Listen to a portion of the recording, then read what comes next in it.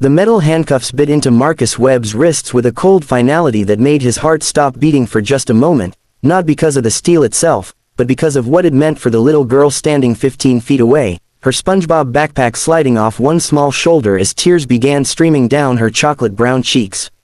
The busy Atlanta street corner seemed to freeze in time as Officer Rachel Morrison yanked his arms behind his back with practiced efficiency, her voice crisp and authoritative as she read him his rights, but Marcus wasn't listening to the words about remaining silent or attorneys. He was watching 7-year-old Destiny's face crumple like paper, watching her entire world shatter right there on the sidewalk outside the Quick Mart where he'd just bought her favorite strawberry Pop-Tarts for breakfast because it was all they could afford this week.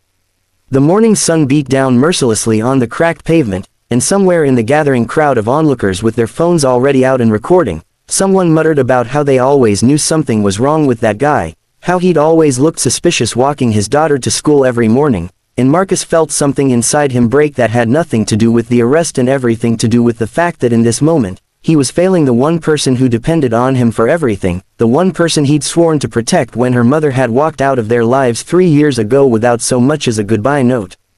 If you believe in second chances, if you believe that kindness can change someone's life, if you believe that we should never judge a book by its cover, then please hit that like button right now, leave a comment telling us where you're watching from and what this story means to you. Share this video with someone who needs to hear it today, and subscribe to our channel because we bring you stories that remind us all that humanity still exists in this complicated world, and your support means we can keep sharing these powerful true stories that need to be told.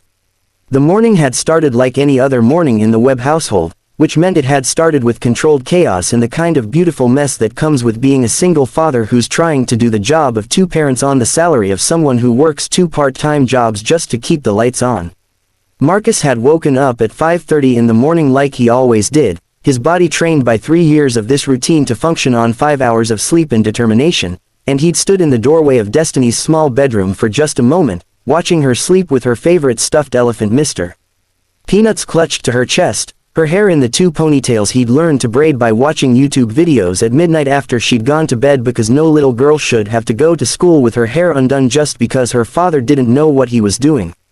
He'd made her breakfast, the same breakfast he made every morning because it was what they could afford and what he knew she'd actually eat, a bowl of off-brand cereal with the milk carefully measured because they had to make the gallon last until Friday when he got paid from his night shift at the warehouse, and he'd packed her lunch with the precision of someone who'd been doing this long enough to know exactly what would get eaten and what would come back home in the pink unicorn lunchbox that had been a birthday present from her teacher when Marcus couldn't afford to buy her the one she'd wanted.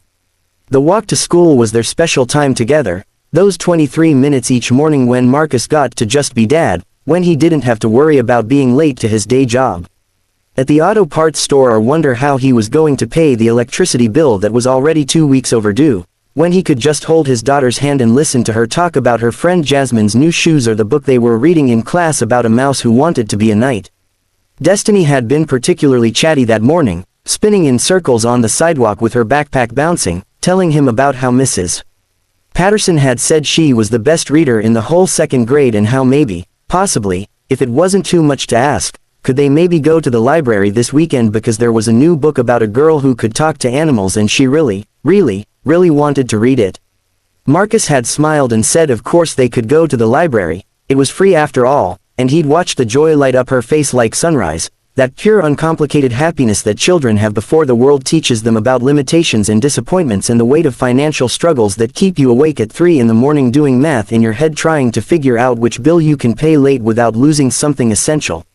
They'd stopped at the Quick Mart because Destiny had whispered shyly that she was still hungry, and Marcus had felt that familiar knife twist of guilt in his gut because his baby was hungry and the cereal he'd given her hadn't been enough, so he'd taken the crumpled $5 bill from his pocket, the one he'd been saving for gas to get him through the week, and he'd told her to pick out something she wanted for breakfast.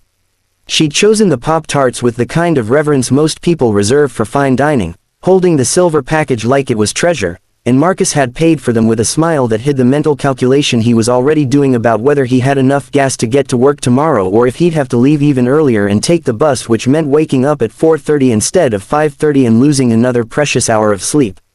They'd walked out of the store together, Destiny already tearing into the package because she had her father's permission and that made everything okay, and Marcus had been thinking about nothing more complicated than whether he'd remembered to sign the permission slip for her field trip next month when he'd felt the hand on his shoulder, firm and unyielding, and turned to see Officer Rachel Morrison standing there with an expression that meant business and backup already on the way.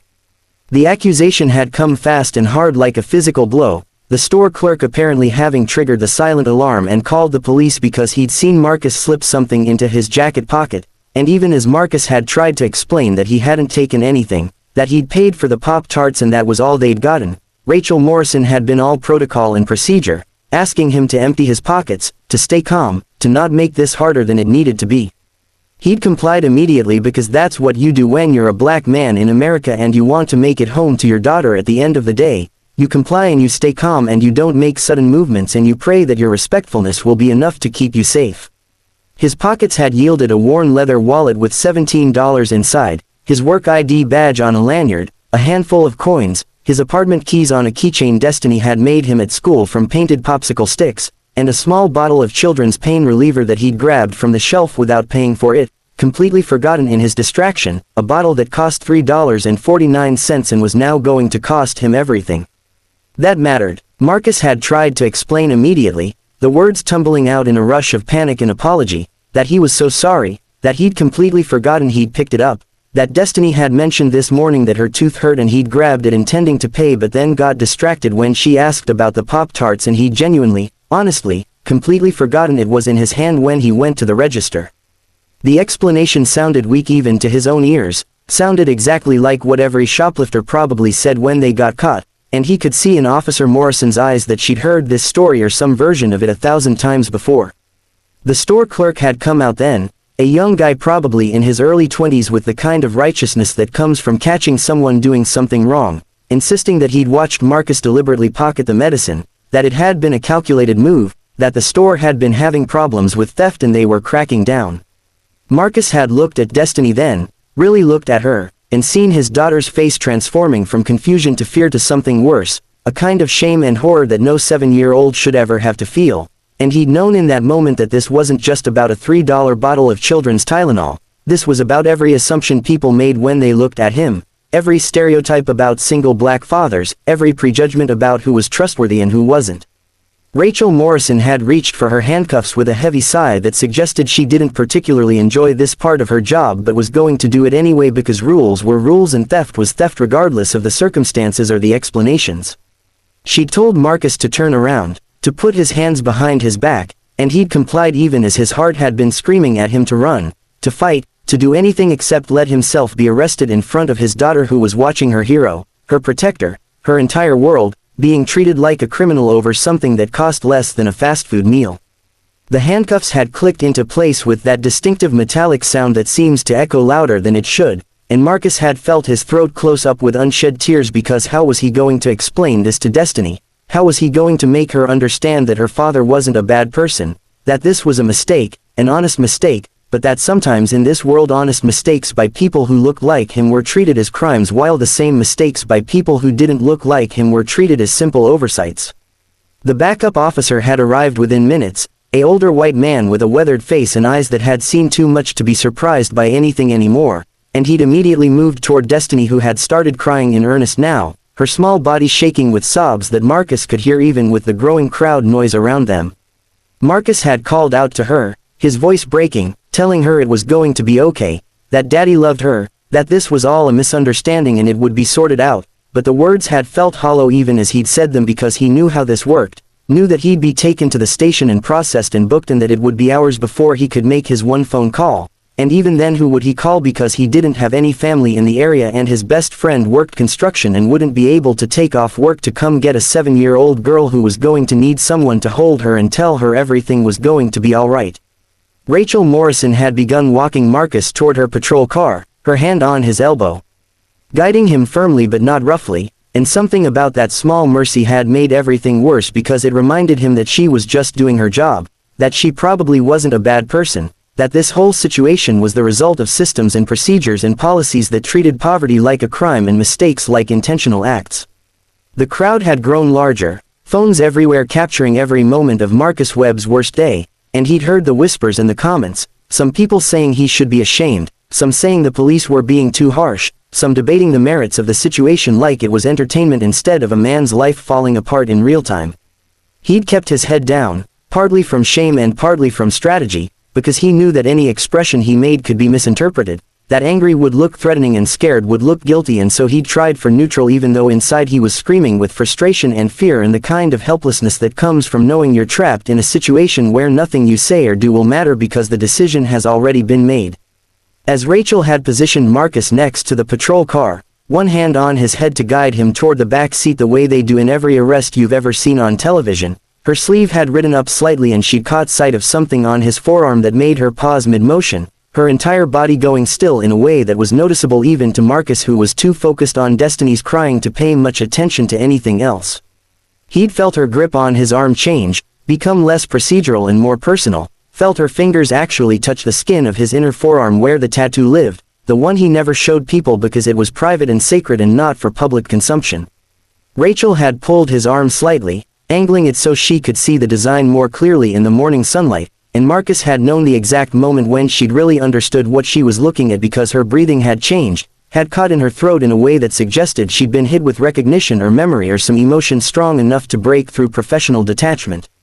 The tattoo was simple in design but profound in meaning, a detailed rendering of a small handprint, the kind they take at hospitals when babies are born, with the tiny fingers spread wide and the palm wrinkled with new life, and underneath it in careful script were the words, Sarah Morrison, born June 15, 2018, died June 16, 2018, forever our angel. Rachel had stared at the tattoo for what felt like an eternity but was probably only 30 seconds, her professional mask cracking to reveal something raw and painful underneath, and when she'd finally looked up at Marcus her eyes had been different, softer somehow, filled with a recognition that transcended the circumstance of their meeting. She'd asked him quietly, so quietly that the other officer in the crowd couldn't hear, if he'd lost a child, and Marcus had felt the tears he'd been holding back finally break free because nobody ever asked about Sarah. Nobody knew about Sarah except him and a few people from the support group he'd attended for 3 months after it happened, that terrible time when Destiny had been 4 and he'd been married and they'd been so excited about expanding their family only to have everything fall apart in the span of 24 hours. Sarah Morrison, his second daughter, had lived for exactly 1 day, 23 hours and 47 minutes to be precise, because Marcus had counted every single one of them, had held her tiny body in his arms and memorized every detail of her perfect face before the doctors had gently told him it was time to let go. She'd been born with a heart defect they hadn't caught in any of the ultrasounds, one of those tragic medical mysteries that nobody could have predicted or prevented, and she'd fought so hard for those hours, her little chest rising and falling with determination, but in the end biology had won out over will. Marcus had gotten the tattoo 3 weeks after the funeral, had sat in the chair at the tattoo parlor and felt the needle bite into his skin and welcomed the pain because it was something concrete, something real, something that proved Sarah had existed even though her mother would later try to pretend she never had. When his wife had left 6 months later, unable to cope with the grief and the financial stress and the way their marriage had crumbled under the weight of loss, she'd taken her healing journey somewhere else and left Marcus with a 4-year-old who didn't understand where mommy went and memories of a baby who'd barely had time to open her eyes. Rachel Morrison's hands had started shaking as she'd looked at the tattoo, and Marcus had seen her mentally doing the math, putting together the timeline, understanding the depths of what he'd been through. She'd asked about the name, about the coincidence that seemed too significant to be random, and Marcus had explained through his tears that it wasn't a coincidence at all, that Rachel was actually his daughter's middle name, Sarah Rachel Webb, and that he'd chosen it because it meant, ewe, or, female sheep, in Hebrew, and he'd liked the idea of his daughter being part of a flock, being looked after, being safe in ways she ultimately hadn't been. Officer Rachel Morrison had stepped back then, had actually physically put distance between herself and Marcus as if the weight of what she'd learned was too much to bear in close proximity, and he'd seen her face cycle through a dozen different emotions, shock and sympathy and something that looked like shame, before settling into a determined kind of resolve that suggested she'd made a decision about something important. The other officer had called out asking what the holdup was, whether they needed assistance with the suspect who was clearly becoming emotional, and Rachel had turned to him with her voice steady despite the tears Marcus could see forming in her eyes and told him to wait, to give her a minute, that there were circumstances here that needed to be considered. She turned back to Marcus and asked him directly, looking him in the eyes with an intensity that demanded honesty, whether he had genuinely forgotten about the medicine or whether this had been an intentional theft. Marcus had met her gaze and told her the absolute truth, that his daughter had mentioned her tooth hurting at breakfast, that he'd grabbed the medicine off the shelf fully intending to pay for it, that when Destiny had asked about the Pop-Tarts he'd gotten distracted the way parents do when their kids need something, and that he had completely, honestly, genuinely forgotten the bottle was in his hand when he'd gone to pay for the pastries. He'd told her about the $5 bill that was all he had until Friday, about how he'd chosen to spend it on his daughter's breakfast instead of saving it for gas, about how the last thing on earth he would ever do intentionally was steal something because he had a 7-year-old daughter who was watching and learning from every single thing he did and he would rather starve than teach her that stealing was acceptable under any circumstances. Rachel had listened to all of this with an expression that was hard to read, and then she'd asked him about Destiny, about being a single father, about how he managed, and Marcus had found himself pouring out the whole story there on that street corner with handcuffs biting into his wrists and his daughter crying 15 feet away. He'd told her about his wife leaving, about the 2 jobs, about learning to braid hair from YouTube videos and cooking dinners that Destiny would actually eat and helping with homework even though it had been 15 years since he'd done 2nd grade math. He'd told her about the mornings when he woke up terrified that he wasn't enough, that he couldn't be both mother and father, that he was failing the one child he had left because he was so focused on just surviving that he wasn't sure he was actually helping her thrive.